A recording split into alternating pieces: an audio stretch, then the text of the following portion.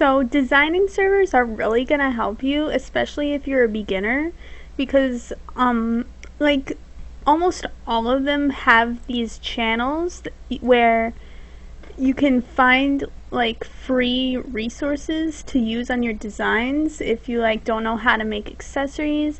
Of course you have to credit people, but that shouldn't be a big deal. You should always give credit where credit is due.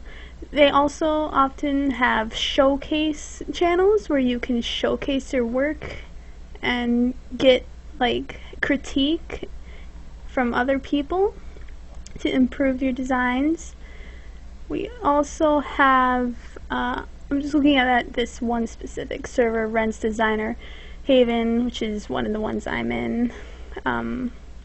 We also have here a clothing inspo channel. This isn't the best example because apparently people are putting Roblox stuff in here.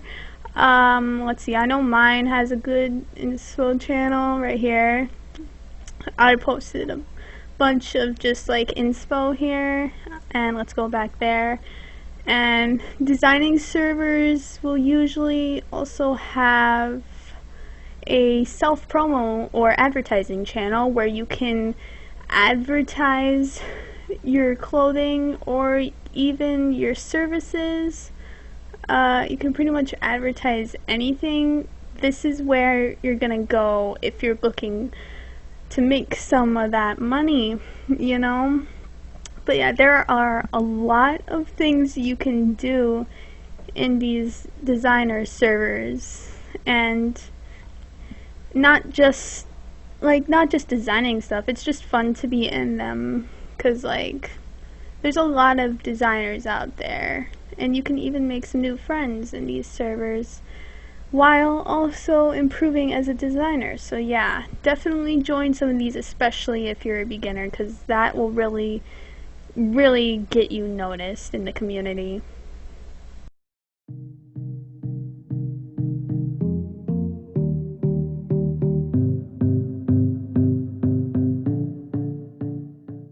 So doing commissions are really good if you're looking to make more than just like 5 Robux from your designs.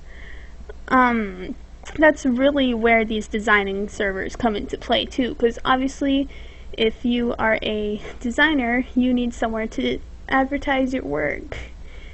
And like, it's not just about making Robux either, it's about getting your name out there, and that's exactly what doing commissions are going to help you do. Because oftentimes these people that you're doing commissions for are going to resell your work in their group with your permission, of course.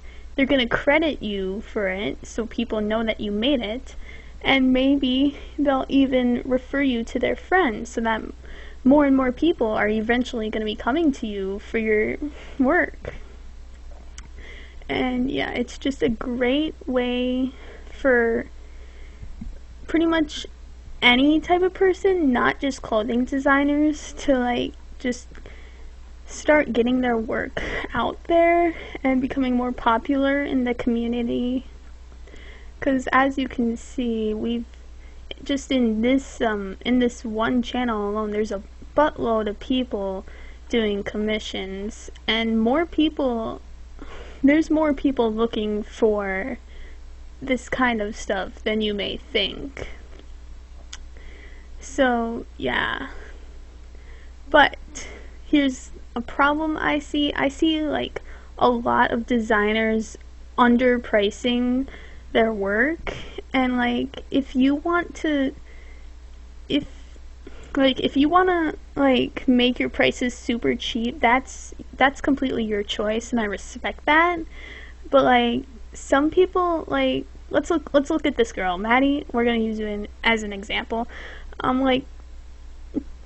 Like Maddie, look at her examples. These are like some really good stuff, and she's only selling them for what, like 15 to 35 Robux? To me, that's really low. I would advise, like even beginners, I would advise don't go any lower than 50 per item maybe. And you know, whatever you decide to price it, if people tell you that it's too expensive, just ignore them. They're poor and they're trying to get you to lower your prices.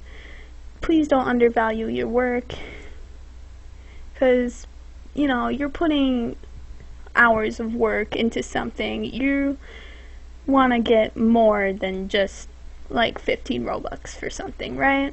So yeah, I just wanted to say that.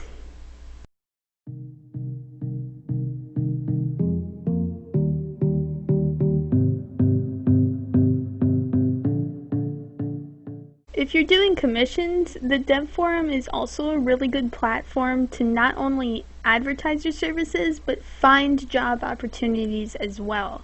So I'm on the main page of the dev forum right now. We're gonna go down to collaboration, and there's a recruitment section, which is where you're gonna find the job opportunities, and then there's the portfolios. We'll go here first. This is where you are. This is optional. The dev forum is not anyone can join. Like, you do have to do some reading in order to get ranked up and get permissions to post topics.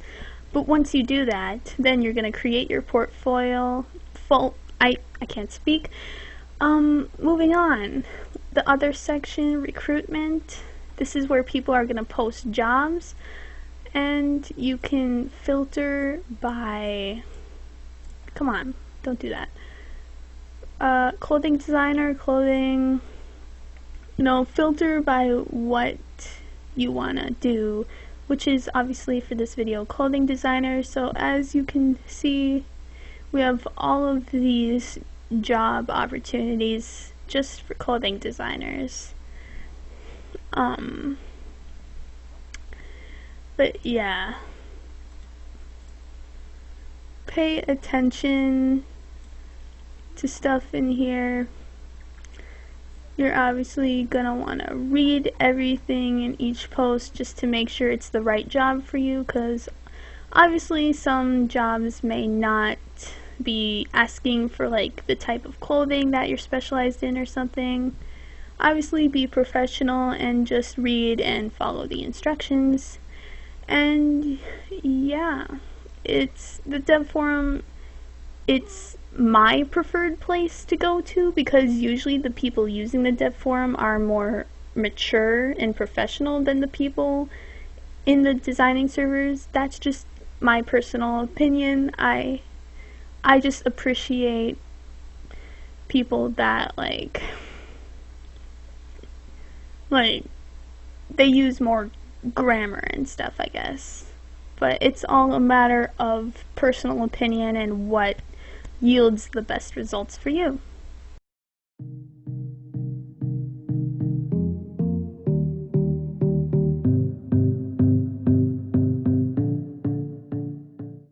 Literally every day I see people in designing servers on Discord saying that like, oh, this is the wrong color, can someone find a different color of it for me? Or, oh, this background isn't transparent. Stuff like that can be easily fixed by just knowing how to use whatever software you use to design. Like, if you are a designer, if you're like any level of skill, then you should know how to use your designing software and not ask those kind of questions, because to me that's really annoying. When like even when I was a beginner, I knew how to like remove a background for something, like, so please just learn how to use your software. Like, I'm sure there's tons of tutorials out there, and in fact I might make like a tutorial for paint.net, which is the software I use. But like, please guys, it's simple. You don't have to ask other people to do those kind of things for you when it's literally so easy to just do it yourself. So please.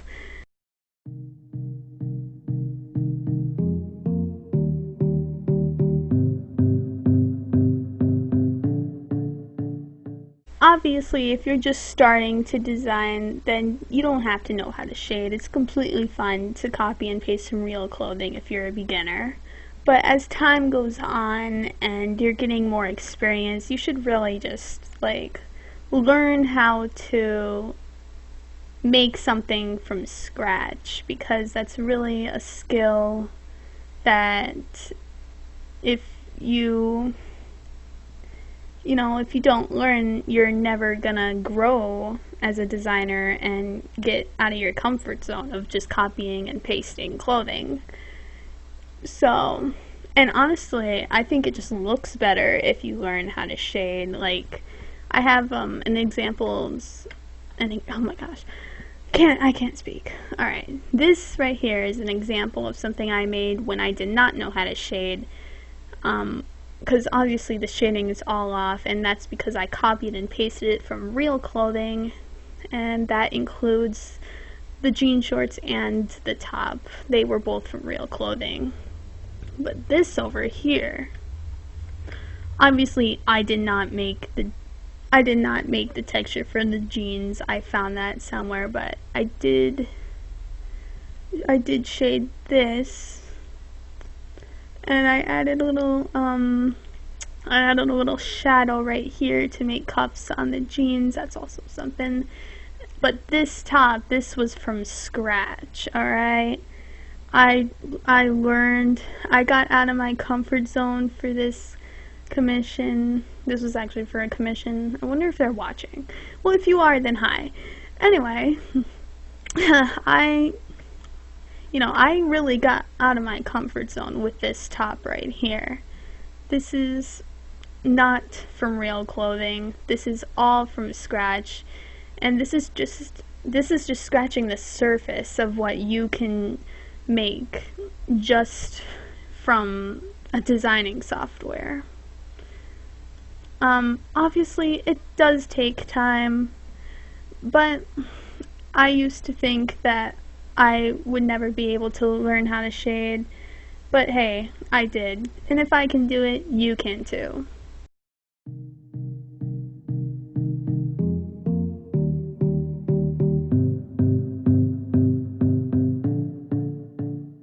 As I mentioned before, you really just gotta get out of your comfort zone if you're ever gonna grow as a designer.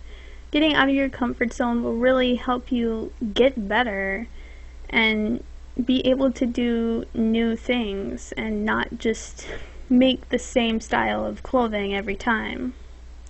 You gotta branch out, just try, give every type of clothing a chance, and if you find a specific style that you really like, then obviously, yeah, you can totally focus on that. But like when it comes to like the technique in designing, you really gotta, try new things all the time so that you can get better, and always try to like put more details and spend more time on your designs. Just make them as best as you can, and if it's not challenging you, then add something that will be challenging. Because like, as I mentioned before, this top was quite challenging for me, but hey, it looks damn good. This too is an example of something that challenged me. This skirt shading, I believe, no, this was my second attempt at skirt shading. And yeah, if you challenge yourself, it'll be really rewarding, and you may surprise yourself with the results.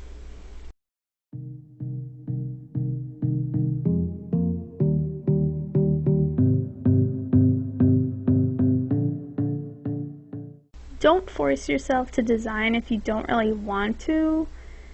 Like, you don't have to design if you don't want to. Like, even if you have a commission or something, you are not obligated to design. You can cancel it if you want to, and you have the right to, in fact. So, if you force yourself to design, then you're just gonna end up dreading it even more. You really have to wait until a time where you're either really inspired or motivated to do it.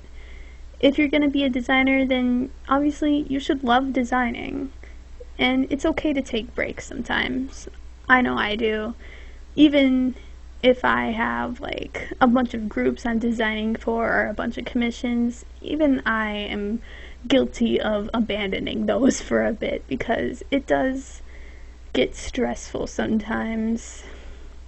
And what you have to remember is that you don't have to. It's in the end, it's really just Roblox. It's just a game. Don't force yourself to do anything. But yeah, with that, that's my last tip, and I really hope this video was helpful for you guys. I tried to cover points that I didn't really see other designers covering in their own videos. So yeah, that's gonna be it. Thank you so much for watching. Bye.